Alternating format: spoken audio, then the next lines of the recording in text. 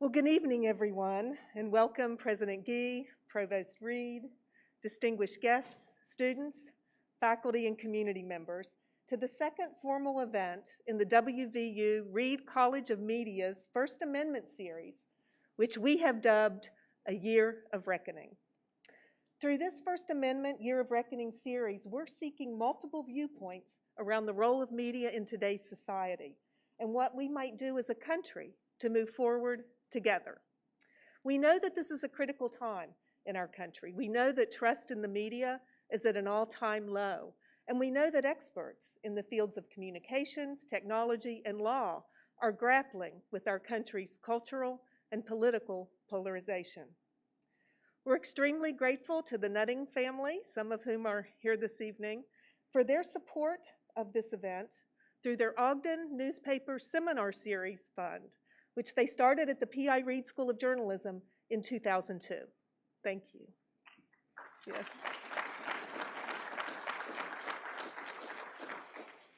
Also, a special thank you to the WVU College of Law for graciously allowing us to use this venue and for their staff's generous support assisting us in preparing for the event. Well, tonight we're pleased to host Mr. Ari Fleischer. As your program says, Mr. Fleischer is perhaps best known as the White House press secretary for George W. Bush. And in that role, he served as the primary spokesperson during the 9/11 attacks, during the historic presidential vote recount, and through 2 wars. His best-selling book, called Taking Heat, details those years in the White House and reached number 7 on the New York Times bestseller list. His upcoming book, due out, I believe, this summer, takes a critical view of mainstream media and why he believes they so often get it wrong. Since leaving the White House, Mr. Fleischer has run a company that helps organizations with their communications and media activities. And in this role, he has represented major corporations and sporting leagues, sporting teams, schools, and individual athletes. Mr. Fleischer is being joined on the stage this evening by Ashton Marra, who is a teaching assistant professor in the College of Media. She is also executive editor of the digital publication 100 Days in Appalachia.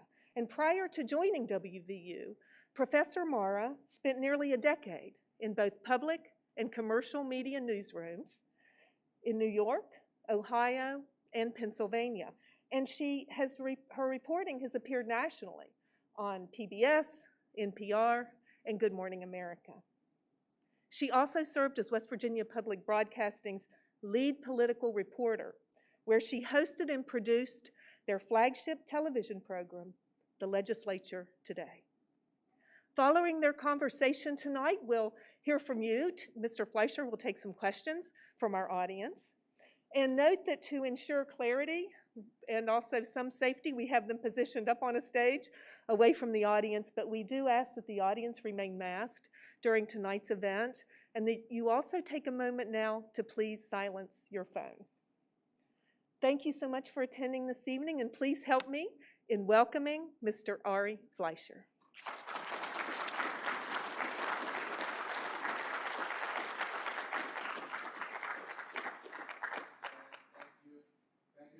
Everybody, can you hear me in the back? There it is. All right.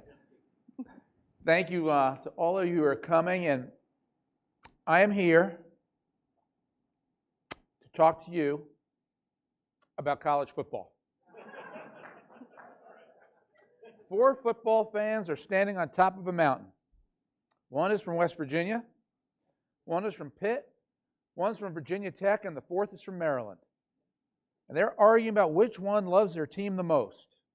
And the Maryland fan looks at his 3 friends on top of the mountain and says, none of you love your team as much as I love the Terps.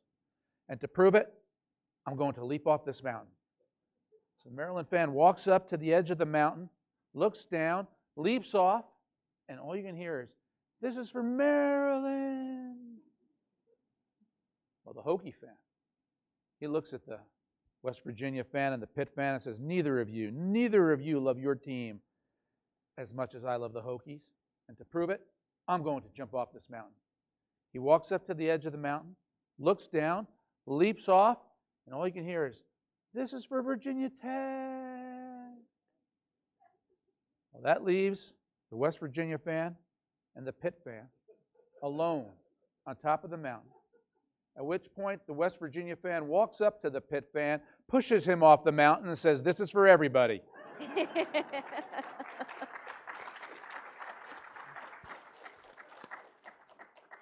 Well, there's something else that is for everybody, and it's the White House.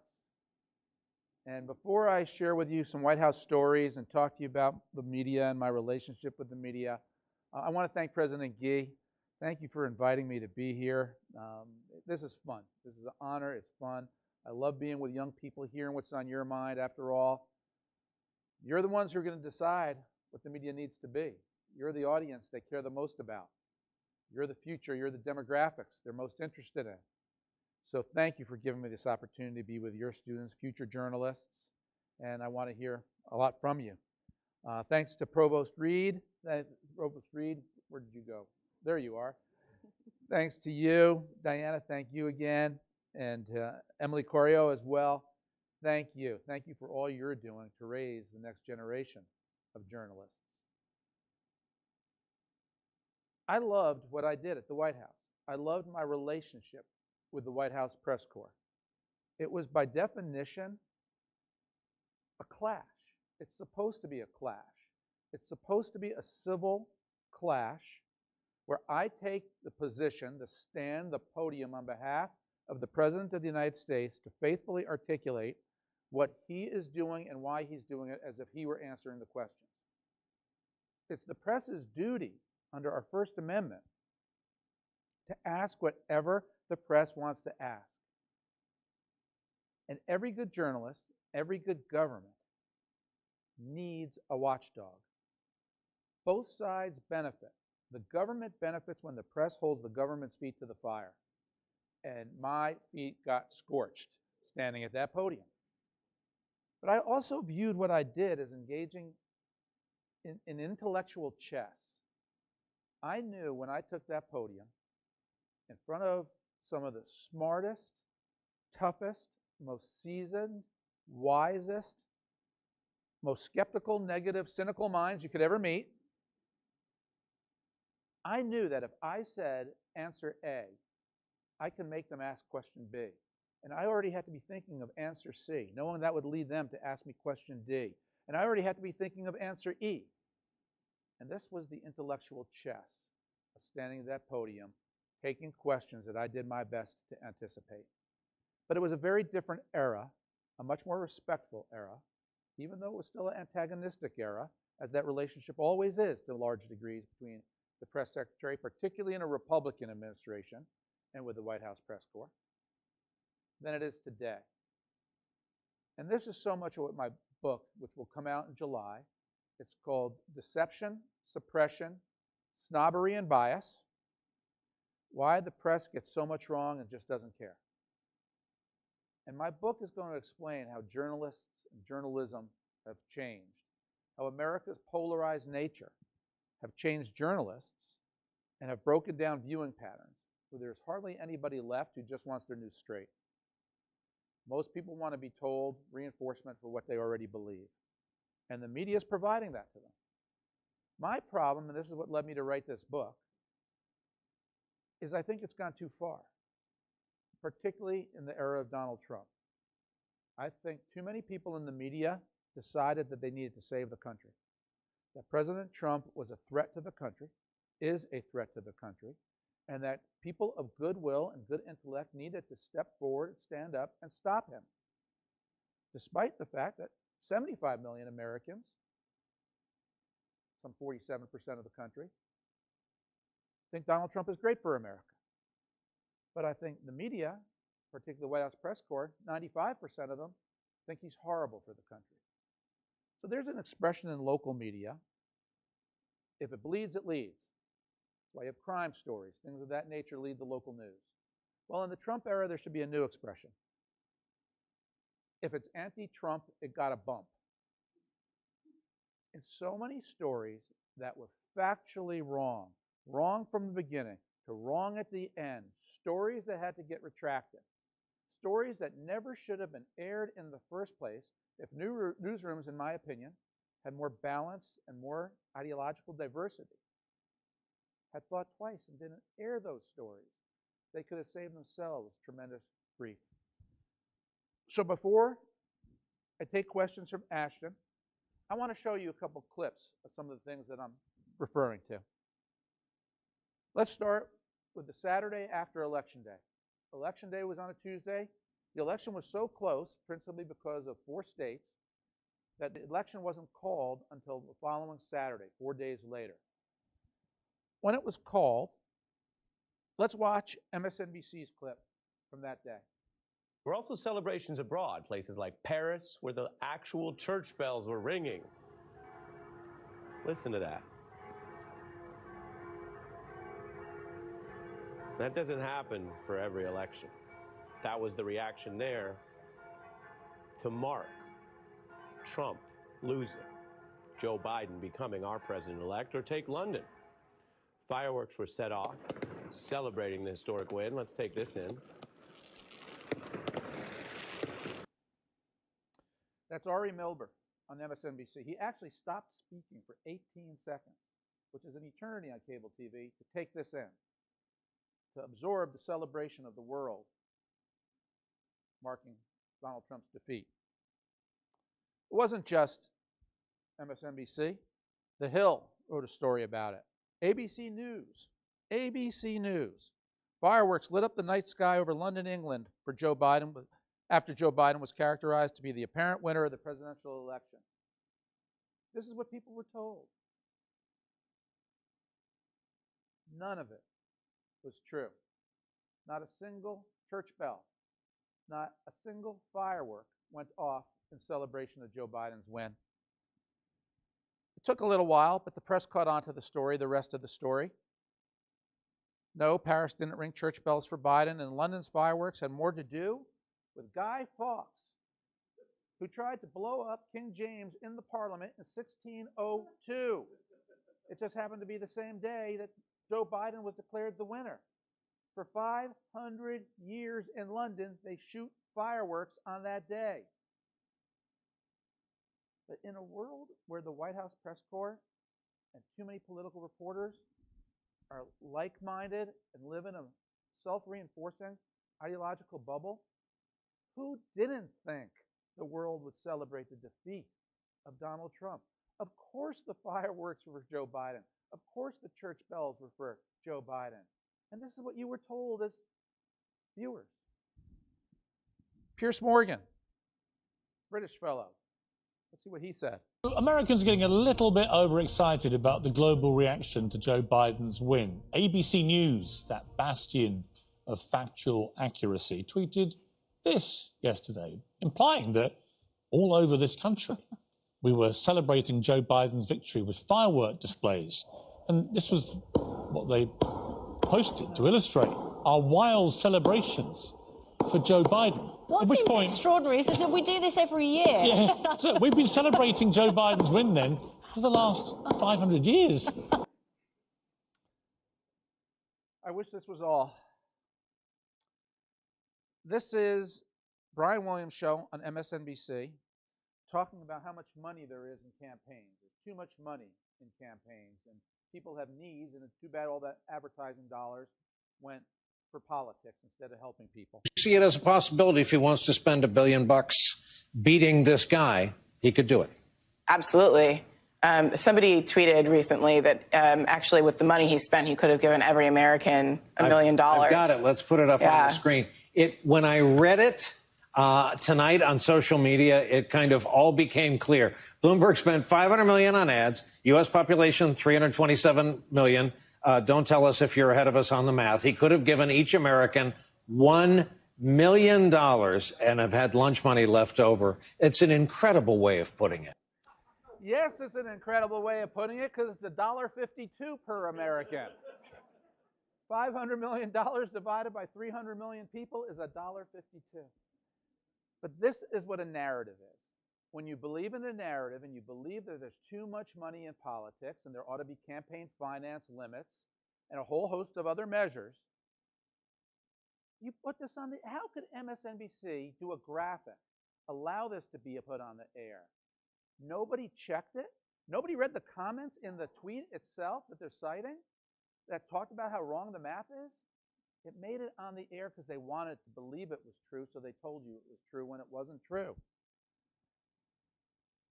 And then it became pretty embarrassing for MSNBC as others caught on and corrected their mistake. And then they, to their credit, they never explained it. They just took it off the air.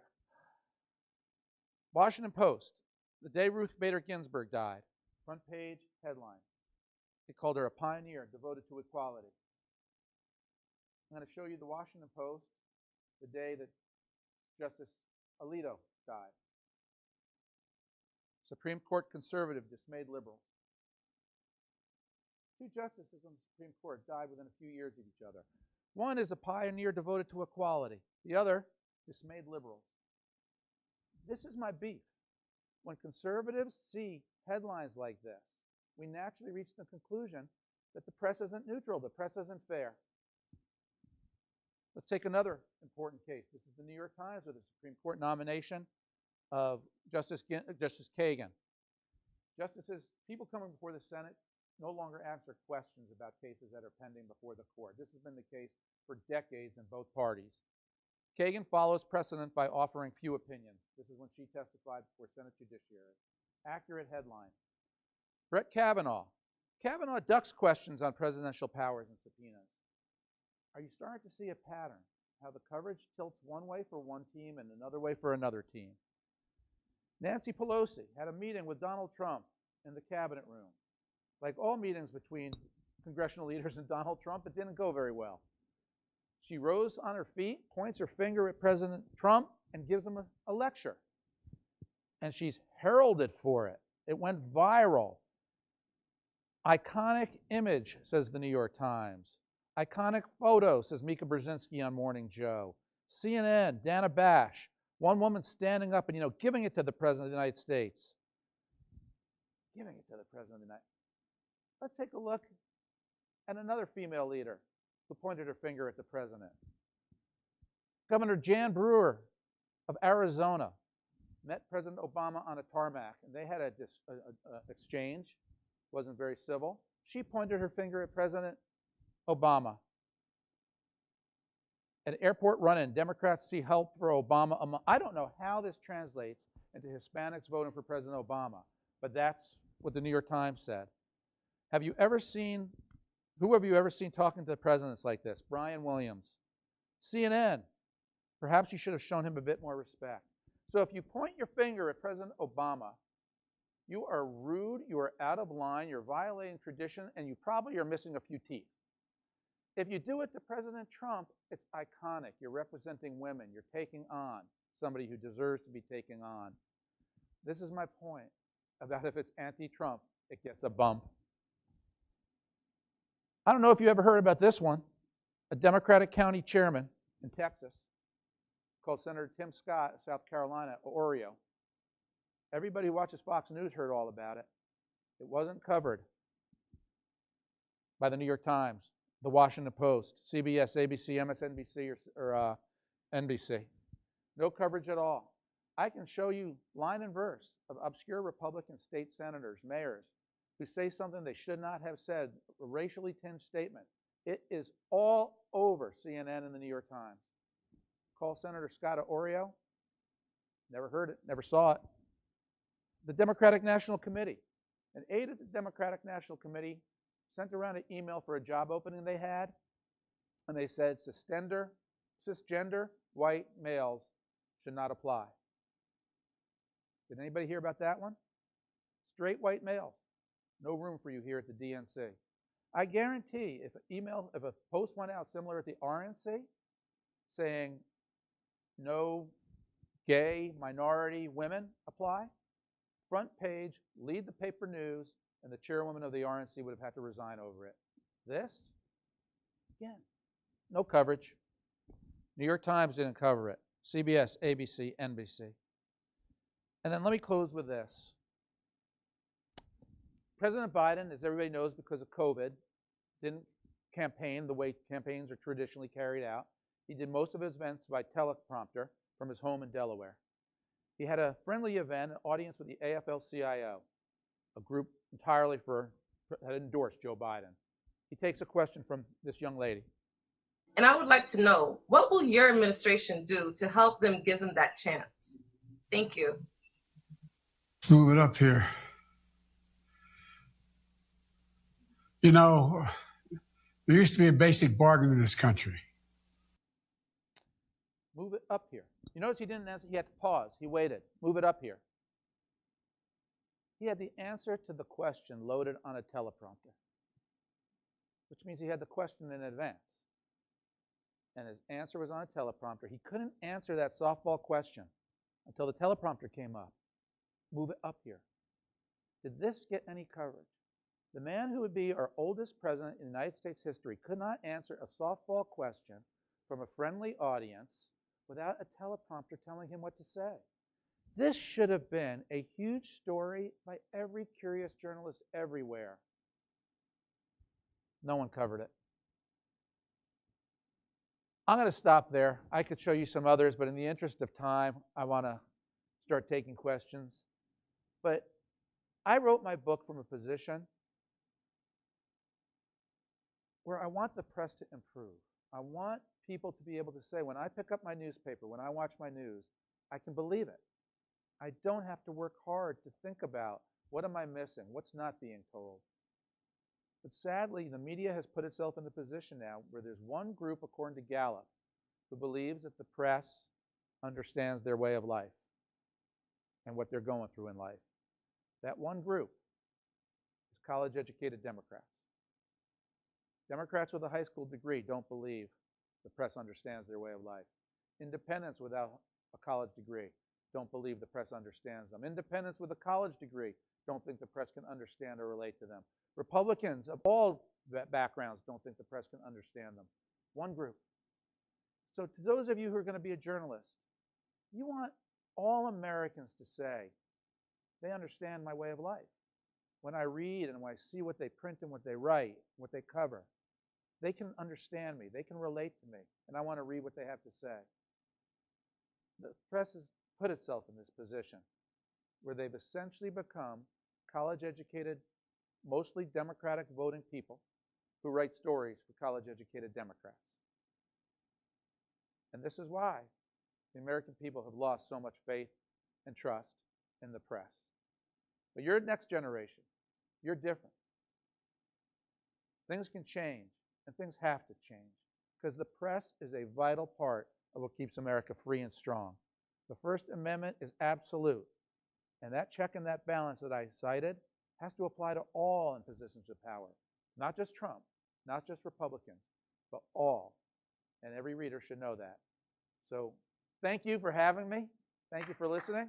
I'm delighted to answer questions. So my first question was going to be about what inspired your book, but I think we've gotten there. So I'm going to talk a little bit more about that snobbery aspect, or what I talk about in my classes, which is elitism.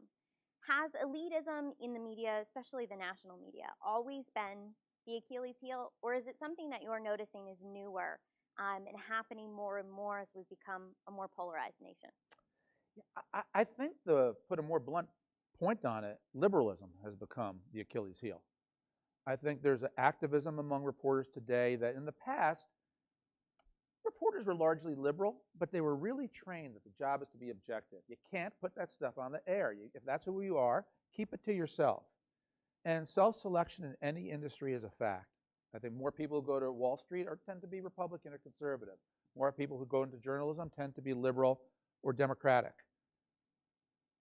Elitism is the problem of that Gallup poll that showed the only group in America that thinks the press understands them. And this is what pains me the most, because I think reporters really earnestly believe that they go into journalism to help the little guy, to move the needle, to right wrongs. But when the press has lost so much of society, you can't right wrongs. The first wrong the press has to right is about itself, so they can regain credibility with a greater portion of the country than just college-educated Democrats. Is that problem of elitism, liberalism, bias, is it something that local media can have an impact on? Can local media be a solution? I think local media stands out from a lot of these trends. I think in part because they're not writing about the big ideological, diverse issues of the day, in part because they didn't go through the antagonism with President Trump.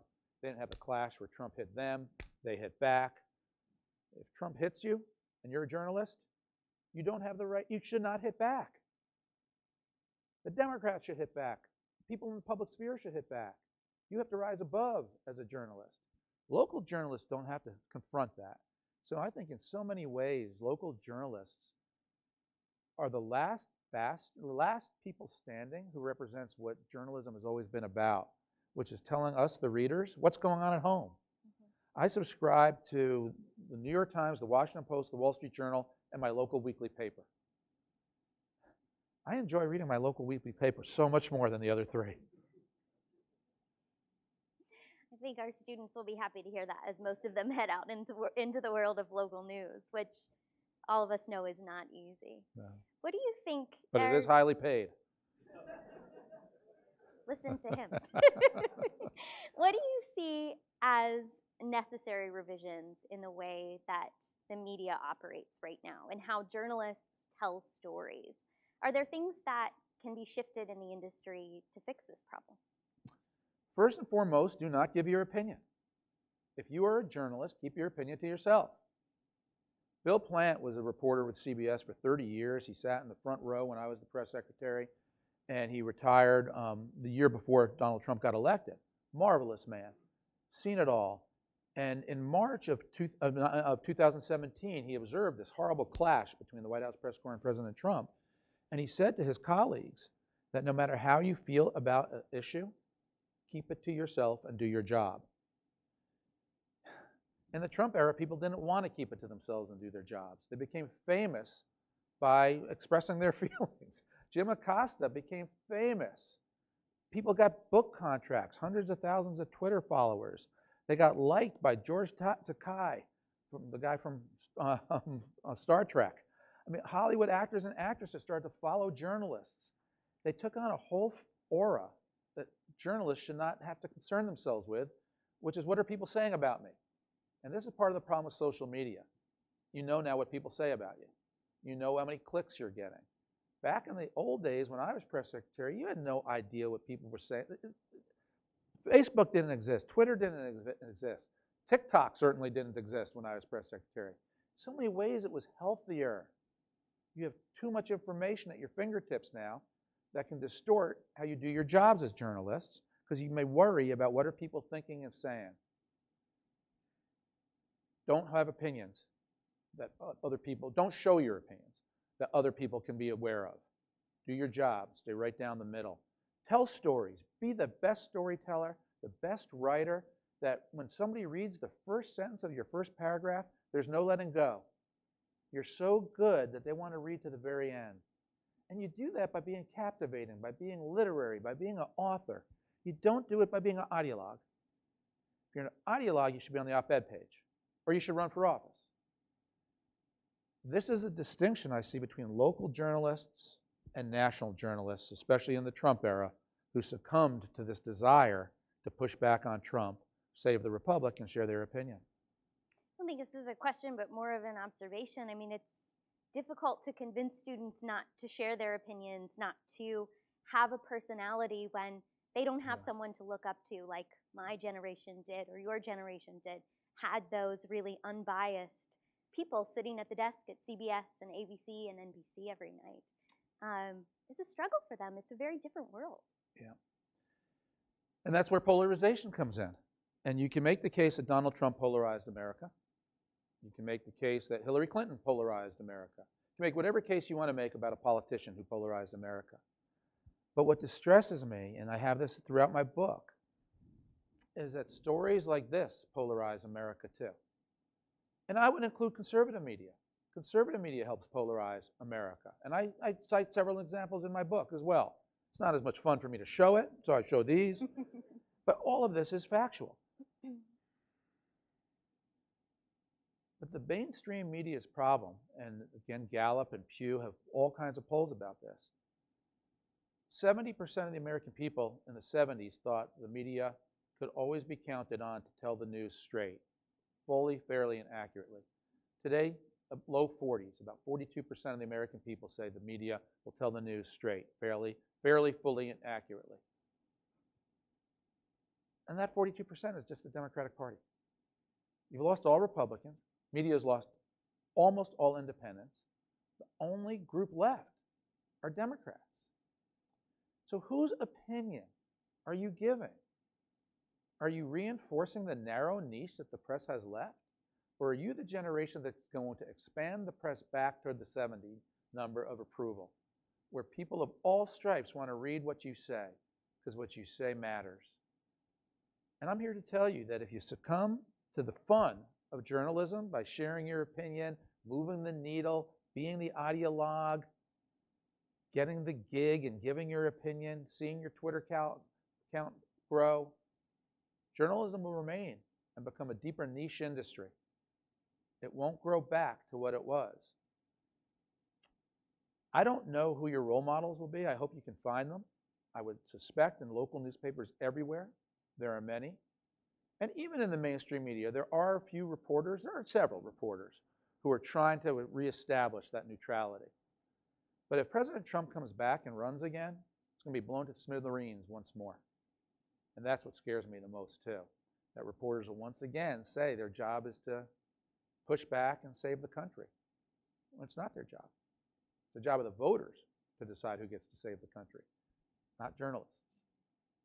I'm going to talk a little bit more about social media because it is so much a part of this generation's everyday life. Platforms like Facebook, like Twitter. These kids are not on Facebook. What am I talking about? But like Twitter and Instagram and TikTok. I think they're complicating the public's understanding of the First Amendment and of censorship and what the First Amendment really protects. Do you see these social media platforms as something that should be regulated like a public utility, or are these the public square? I don't like so much of what's happening with social media, the suppression of views. The New York Post story about Hunter Biden's laptop, which looks like it was true, was suppressed. You couldn't post about it. The Facebook suppressed any discussion about whether COVID possibly could have begun in a lab in China. Whether it possibly, not was weaponized deliberately by the Chinese government, but just by whether there was a mistake in the lab, a lab error that led to COVID. You couldn't post about that. It was Facebook's policy until the Biden administration said their intelligence assets actually think it might. They're not certain. It might be the cause. They can't conclude it is, but it certainly is a credible theory. Trump's people said that. It was suppressed. Biden's people said it. Facebook reversed its policy. It suddenly became acceptable. Do you realize how damaging this is to half the country? Half the country just says to these tech giants, you've got your finger on the scale. More than your finger, you've got your whole body on the scale. Again, this is how polarization deepens. My problem with regulation is I don't think there's anybody in government smart enough to do it well or do it right. So I'd rather take my chance in markets and freedom than empower a group of 12 people in a committee in Washington who are probably in their 60s, 70s, and 80s who really don't understand what tech does and how you have to have it be free. What I would much rather have is diversity among tech's leadership. Some smart people say, let these theories air. Don't suppress. Let it be aired, debated, and that's how you settle disputes. So I'm not a fan of regulation because it'll backfire. The free press and government have always been at odds, and is essentially the reason that the Fourth Estate exists, right? To hold accountable politicians, hold accountable people in the White House, people on Capitol Hill. But we're in a time of increasing polarization and documented threats to journalists across the country that we typically only see in non-democratic countries. Do you feel like the relationship has changed since your era of service between politicians, between people who hold office, and those journalists who attempt to hold them accountable? Woo. It has changed 180 degrees. Now, I'm a traditionalist, and I work for a traditionalist president. I'm very conservative ideologically, but I really believe in being moderate by temperament. You don't get anywhere if all you do is clash, fight, and be at loggerheads with someone. You have to compromise. You have to figure things out, find ways. So back in my era, even when it was my job to fight and clash with the press, and sometimes I did it and I really enjoyed it, I hope I always kept it civil. I hope I always kept it within the 40-yard lines. Now, whew, I mean, everybody goes right to their corner, and that's part of the polarization. I mean, the bashing of the press by some of my friends, the press bashing right back, it's unhealthy. I hope when my book comes out, you'll see that the tone of it is respectful, it's pointed, it's direct, it's blunt, but it's never mean, it's never to damage, it's actually to remind people and try to get it back. But yeah, it's changed the way everything's become more coarse. And part of that is social media again. You know, when you can let anything rip and you can say what you want to say from the anonymity of your fingertips. I can't explain human nature, but people sure do know how to get rude. It's more polarized, it's more coarse, but is it weakening our democracy? I think it's a phase we're going through. I think our nation and the pendulum has swung to this polarization period. And just like any pendulum, it will swing back. I think people will get so sick and tired of it. They'll get so sick of Washington not being able to do things. I think this is where Joe Manchin kind of is. He's the one person left trying to bring together and bridge people. I think as people get sick and tired of nothing getting done and the meanness, it creates a vacuum for a sensible approach to resume and have more followers. We're not there yet. I don't think this pendulum is finished swinging. And I think a part of that depends significantly on what President Trump does. If President Trump runs again in 2023, 2024, we're going to be in for another mean cycle where the press does it to him and he does it to the press. But even without Trump, I think if Tom Cotton, Ted Cruz, Ron DeSantis, Kristi Noem, you can name half a dozen likely Republican nominees or the nominee, I think the opinionated press are going to go right after them, pretty much just like they did after Trump. It won't be as pronounced because Trump is unique, but I think they really have grown comfortable in this editorializing role that they have. But what will really be the cure for it is a president who knows how to rise above and actually can unite a country. It's called leadership. And I'll never give up on that in this democracy. As a professor, as an editor who works on a publication that's focused on a younger audience, we have to stay focused on what the next generation is looking at, right? The trends and the habits, the media habits of Gen Z. And they are not sitting down to watch the nightly news at 6:30, and they're not buying the Wall Street Journal. They are having conversations in Discord chat rooms, and they are following streamers on Twitch. I think that's not even the right way to say it. And things that I am definitely not a part of. But excuse me. And they're making their own content more often than not. They are coming into my classroom often teaching me how to create things that they've already been doing for years. How do you think journalism should adapt to the next generation to make sure that young people are not just staying informed, but staying civically engaged? Because I think that is an important part of protecting our democracy as well. Let me ask a question. I'm going to ask for hands up on this question.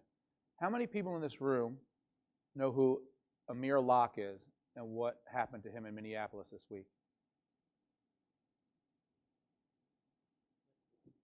Yeah. Amir Locke, African-American man in Minneapolis, was killed by the police in a no-knock search a couple of days ago. My 17-year-old daughter knew it the day it happened. She's not political. She consumes news somewhere. It's YouTube, it's Twitter, it's her friends. So I don't begin with the assumption that young people don't follow the news because they don't pick up the old stained, get on your fingers New York Times.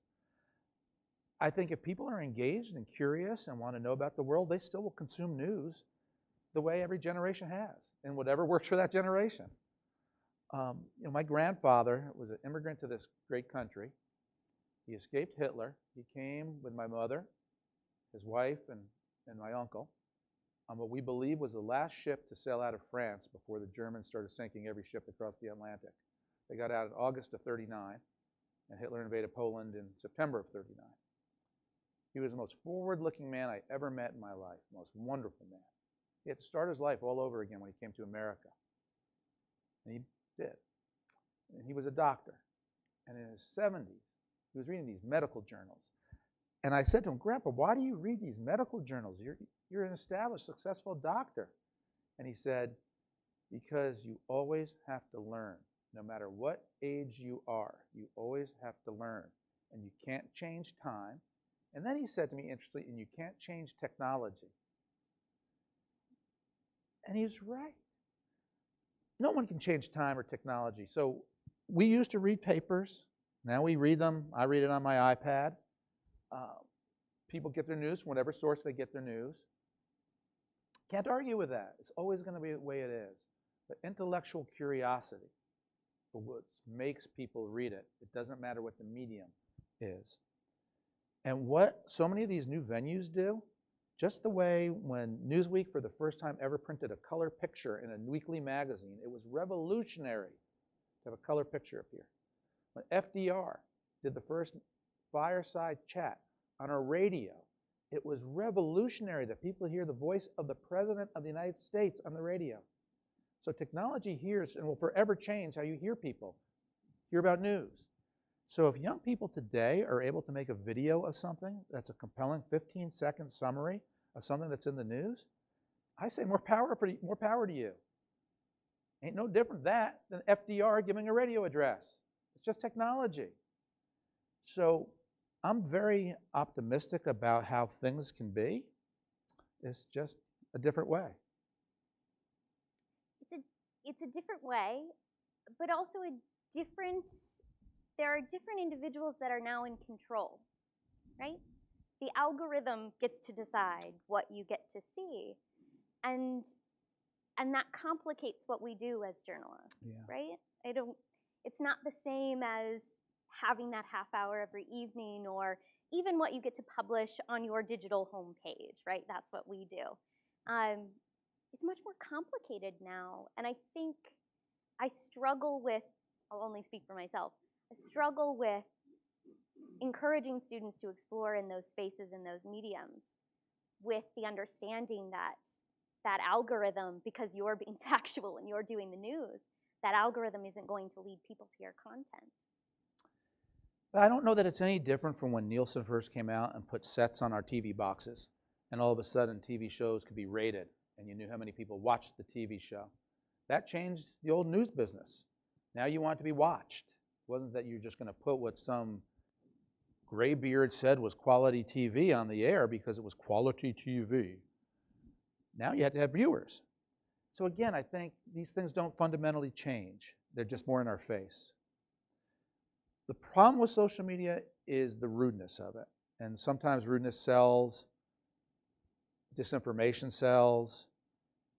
But quality journalism is always quality journalism. And I do believe that those of you who go into journalism, you're drawn to it not just by having people read what you write, but because you want to have what you write land with some impact. And if you want to just be entertainers or comedians, there's other fields. Journalism has to have higher value, along with clicks.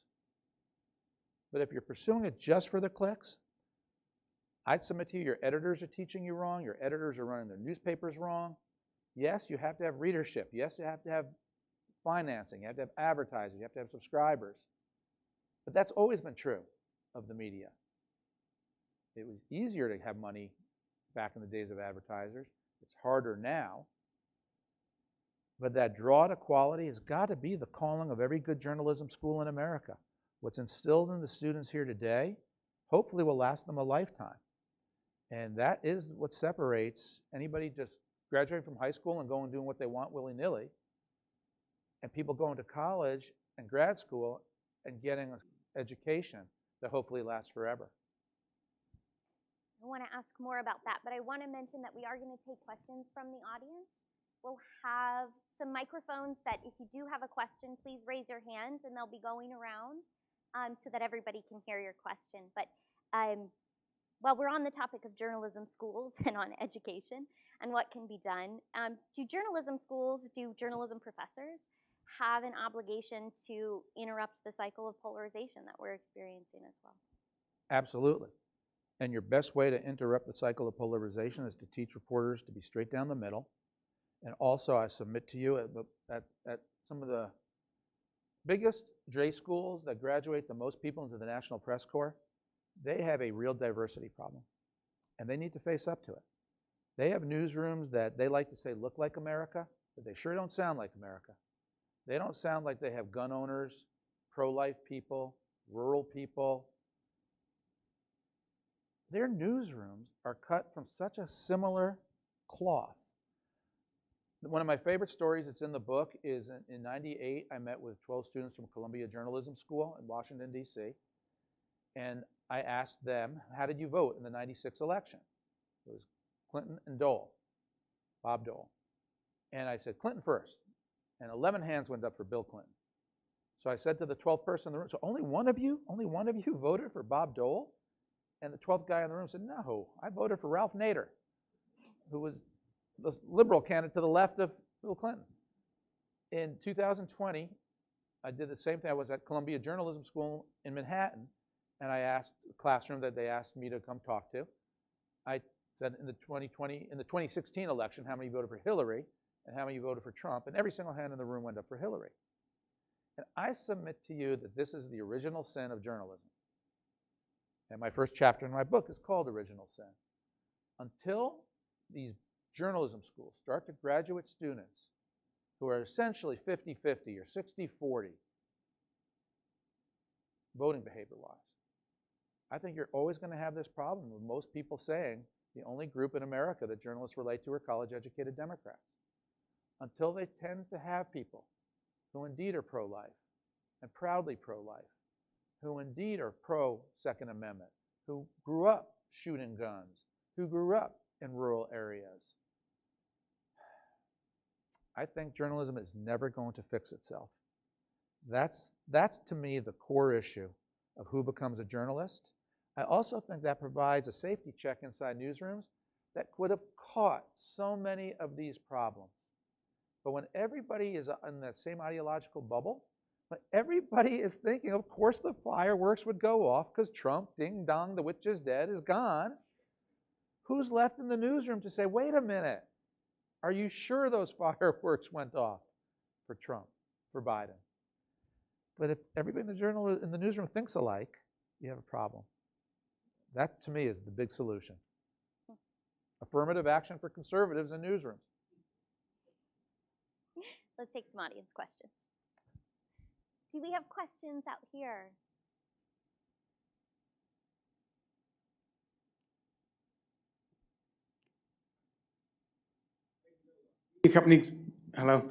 Media companies make their money through advertising, and the more audience you have, the more money you make. As you know, in the last year, CNN's lost 70 to 80% of their market. They've had, recently 6 sex scandals, I guess. People are having to quit and leave the company. The head guy just left, Zucker. Yet today I read that the new owner of CNN said we're going to continue to be known as the news from the left, admitting that they're the news from the left. As a business owner, I can't figure out why they would do that or why they'd want to continue that. What's your opinion of their view that they're supposed to be there to make money? What's your view of that? Well, they are the news from the left, even though they purport to be a straight news operation. I'd be shocked if anybody at CNN actually said that, though, because they won't admit it. The problem they have with revenue and finance, and it's really a problem for print papers as well. The New York Times, Washington Post, the major papers, newspapers in general, always used to make their money from advertisers. And then when the internet came along, advertising just went away. You didn't need to advertise. Their classified ads are dead. How many people in this room under 25 have ever read a classified ad? Must be Craigslist. Newspapers don't have classified ads anymore. It used to be such huge bread and butter for the papers, bringing all kinds of money. And now that they have such a diminished pool of advertising money, they count on subscriptions. And when your money comes from your subscribers, you have to be much more careful not to antagonize your subscribers because they'll stop subscribing. And the New York Times now, which has some 10 million digital subscribers, that was resistant subscribing. The executive editor of the New York Times said every time Trump calls the New York Times fake news, she said I could hear the ka-ching of all the new subscribers we would get. So they were counting on the New York Times to resist and stand up to Donald Trump. That puts the Times in a terrible spot because if it really starts to go after Biden or be neutral toward Trump, they could lose subscribers. And without advertising revenue, they don't want to lose subscribers. So they tilt. And they always were tilted at the New York Times. Now they tilt further. And it's the same thing with a lot of these networks and cable stations, particularly when you face now young people in advertiser boycotts. The left has gotten very good at targeting advertisers and say, you need to stop sponsoring Tucker Carlson because Tucker said this or Tucker said that. And if you don't, we're going to have a boycott against you. The right doesn't seem to do that to the left. The right, I think, is a little more laissez-faire. But it's very effective for the left to do it. And again, it puts them under pressure. And it's part of the polarization and the breakdown into why conservatives watch Fox, and liberals watch CNN and MSNBC. Other questions? Got one here and one way up here.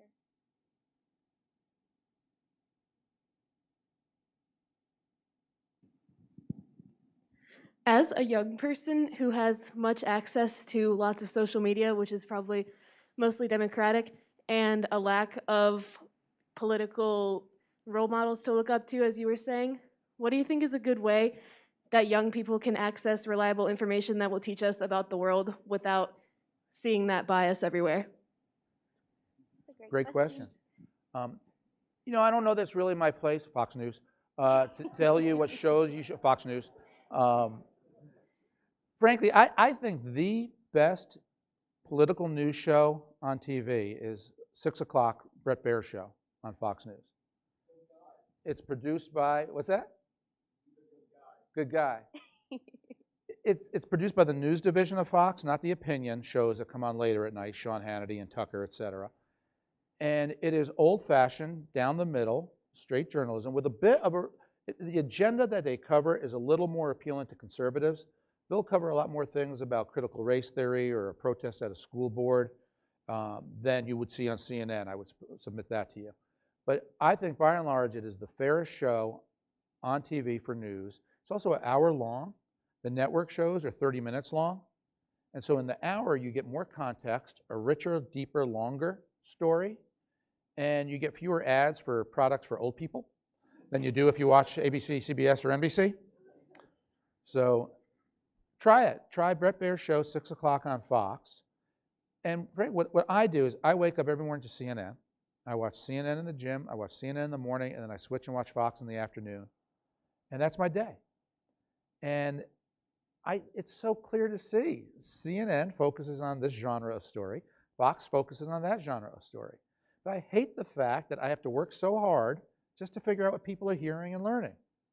I'd be so much happier if I could watch half the TV and just watch one show. But I can't. It doesn't work that way now. So. I think we had one here.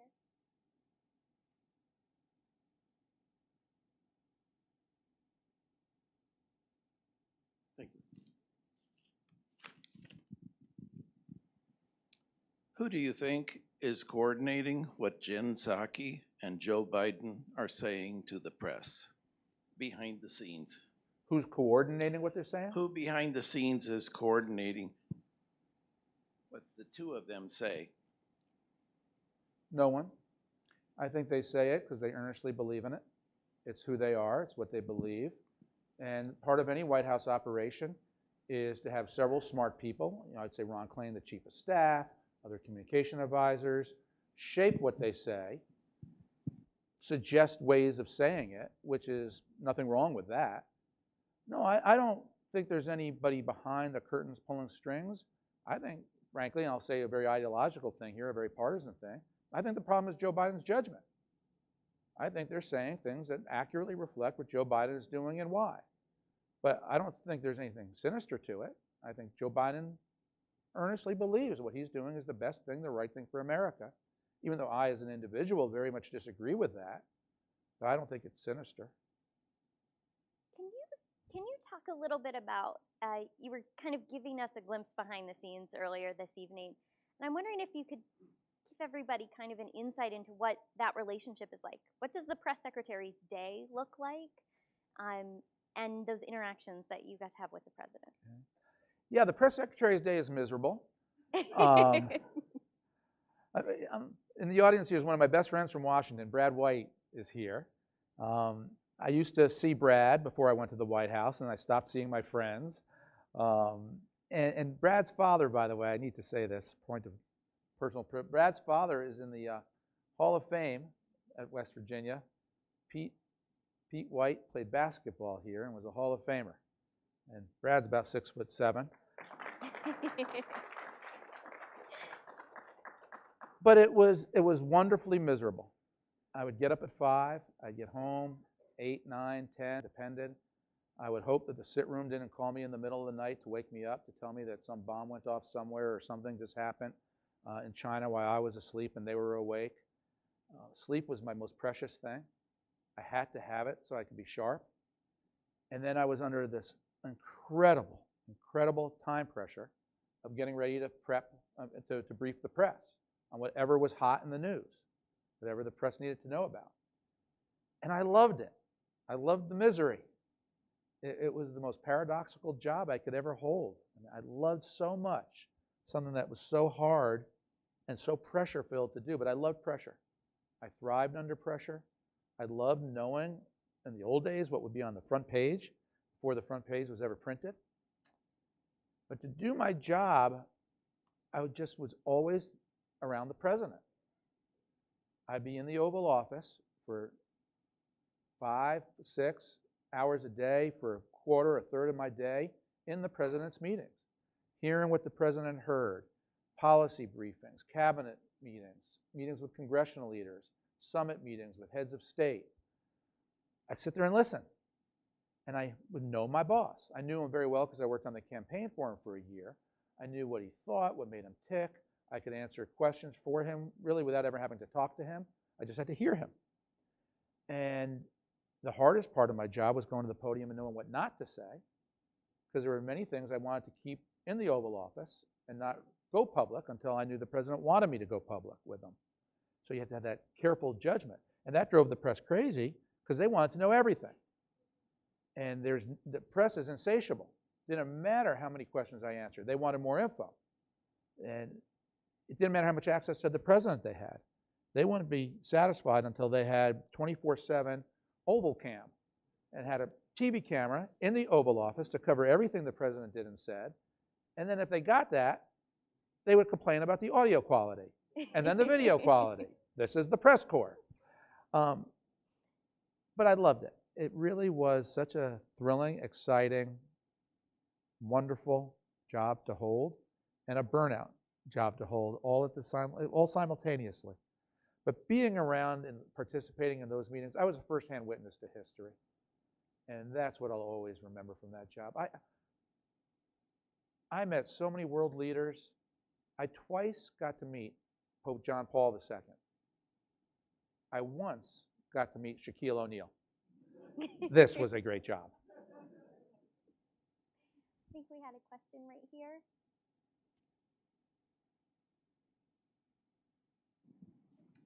Thank you. Thank you. I'm wondering, how much do you think the repeal of the Fairness Doctrine in '87 has impacted the polarization that we see today? It impacted it. It changed and allowed people to become talk radio hosts on the right or talk radio hosts from the left. But I think it doesn't matter because technological changes would have blown it away anyway. The Fairness Doctrine wouldn't have applied to the internet. And so many of the same polarization themes that we've discussed tonight would have existed anyhow. And again, going back to my belief about free speech and settling these things through free debate and not through regulation, I have a problem regulating speech in any which way or form. So I'm glad it got struck down. I think it was artificial. And in the marketplace of ideas, if right-wing radio is more popular than left-wing radio, so be it. If left-wing TV becomes more popular than right-wing TV, so be it. Those are choices viewers and voters make.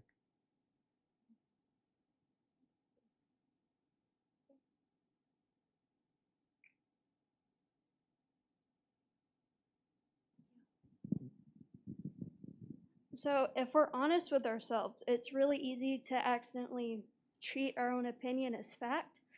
I was wondering if you had any way that we could identify that bias on our own. Identify the bias? Bias of our own reporting. Of our own reporting?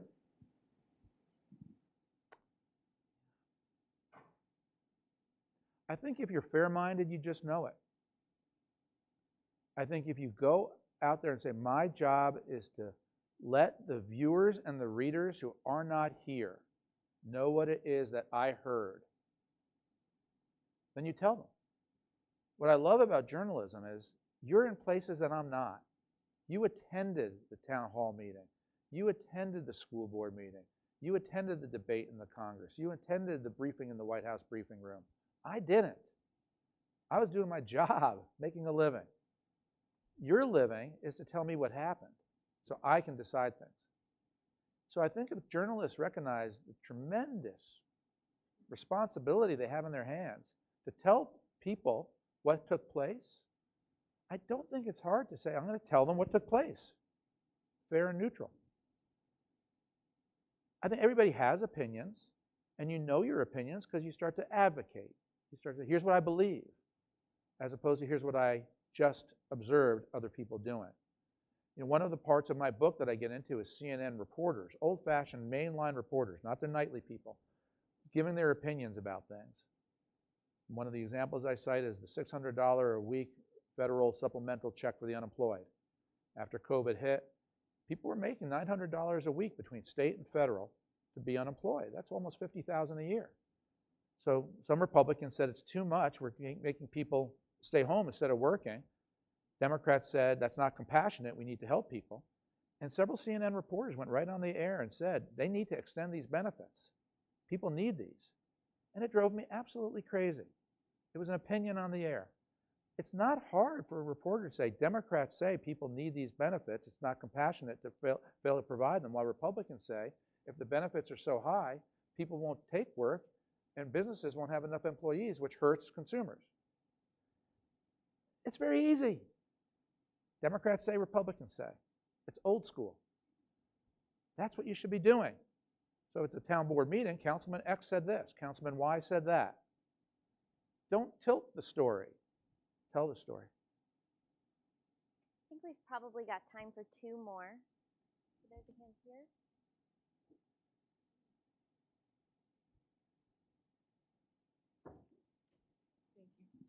Hi, thank you for coming. So going off your point on regulation of free speech, I saw your recent tweet regarding Whoopi Goldberg's suspension over her remarks about the Holocaust. So I guess I wanted to know, at what point do you believe speech should be, regulated in that form, or do you believe there should be no regulation, and when should punitive measures be taken for things said? I'm assuming, I'm not sure if you believe everything should be, a free range on the media concerning how many viewers there are. Yeah, Whoopi Goldberg, who made the statement about the Holocaust was not about race, I tweeted that I thought it was a bad idea to suspend her. I said, how many people know if it was about race or religion? This is time to actually reach and teach. Bring more people into this conversation and let them know that the Nazis said that they were a superior race and the Jews were an inferior race and therefore deserved to die. It was about race. So I didn't want to punish Whoopi Goldberg. I don't think she said it to be anti-Semitic. I think she said it because she was wrong. She may have said it because there was a little critical race theory in there about only certain groups can be oppressed. And this was white people oppressing white people. She said mankind's inhumanity to mankind, which would trouble me. But I don't believe in firing people because they have strong opinions. Now, I'm not talking about reporters who should be neutral. I think the job of deciding whether somebody should be on the air or not is up to management. If ABC bosses at The Views didn't like what she said, that's up to them, which is what the case here was. They made the call, but I, again, came down on the side of free speech and teach. What can never happen is the government should never be the one to call for the firing or the suppression of speech, et cetera. Where things are changing now is the standard by which media outlets can be sued. Interestingly, Sarah Palin, the former vice presidential candidate, is successfully taking the New York Times to court for a lawsuit against an editorial that the New York Times wrote that was factually wrong, that blamed her for the shooting of Gabby Gifford in part. And the standard right now is it has to be, if a newspaper or if a media outlet acted with actual malice against a well-known person, then they can be sued. Well, actual malice is pretty much impossible to prove. I mean, you really have to have found the conspiracy where they say, we're going to get this guy. We're going to put stuff in the paper that we know is wrong. We don't care. We're going to get her. That doesn't happen. But I do think if journalists knew that citizens did have a legal recourse if they got things wrong, if they said things that were really pernicious, it might actually make the media more civil and more slow. Part of the media's problem is they're under such pressure to report fast, get it on the air, be first. It leads to mistakes. It happened with the Boston Marathon shooting. It happened with the Sandy Hook shooting. The media put terrible things on the air that were just wrong, not out of ideological bias, out of the need for speed. But if they knew they could get sued, editors would actually say, wait a minute, are you sure? Don't put it on there yet. So I'm open-minded about the courts, the Supreme Court changing the standard to hold media accountable. Again, not to the government, but to citizens. And beyond that, I don't know that there's anything on free speech I object to. I think it makes us stronger. I think one of the best ways to get rid of the worst speech is to let it die on its own, that no one cared. It was so bad, so wrong, so atrocious, it just went away. As opposed to people saying, you can't say that. That gets people's back up, and it makes other people defend them on free speech grounds. So let's take one final question.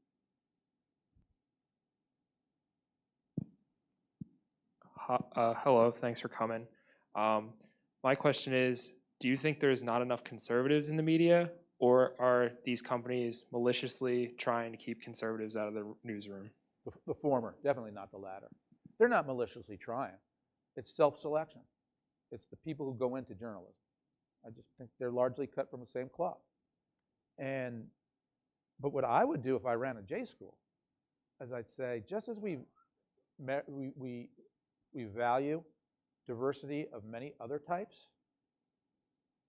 diversity of thinking will make us all better. So I would add that to my mix. And how do you recruit then somebody? You know, I think you can ask in an interview, have you ever shot a gun? You know, ask about some policy positions.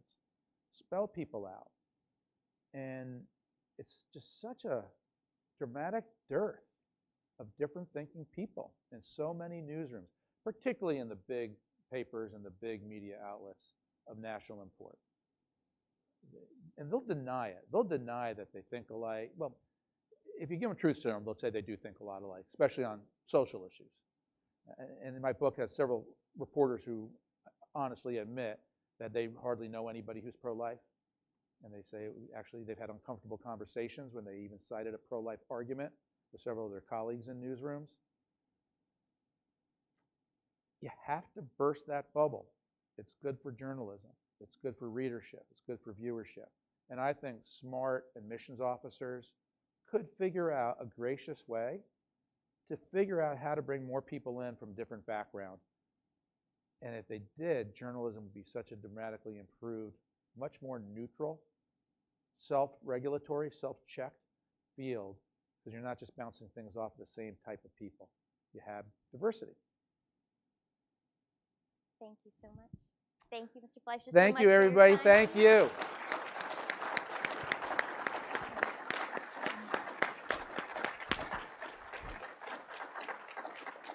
A few more thank yous. The conversation this evening has been part of the Reed College of Media's First Amendment, A Year of Reckoning speaker series, which is, we are so grateful to the Nutting family for sponsoring this series as part of the Ogden Newspaper Seminar Series. So thank you so much. And finally, I'm going to ask you all to keep an eye out for Mr. Fleischer's book, which will be out in July, Suppression, Deception, Snobbery, and Bias, Why the Press Gets So Much Wrong and Doesn't Care. Thank you so much. Thank you.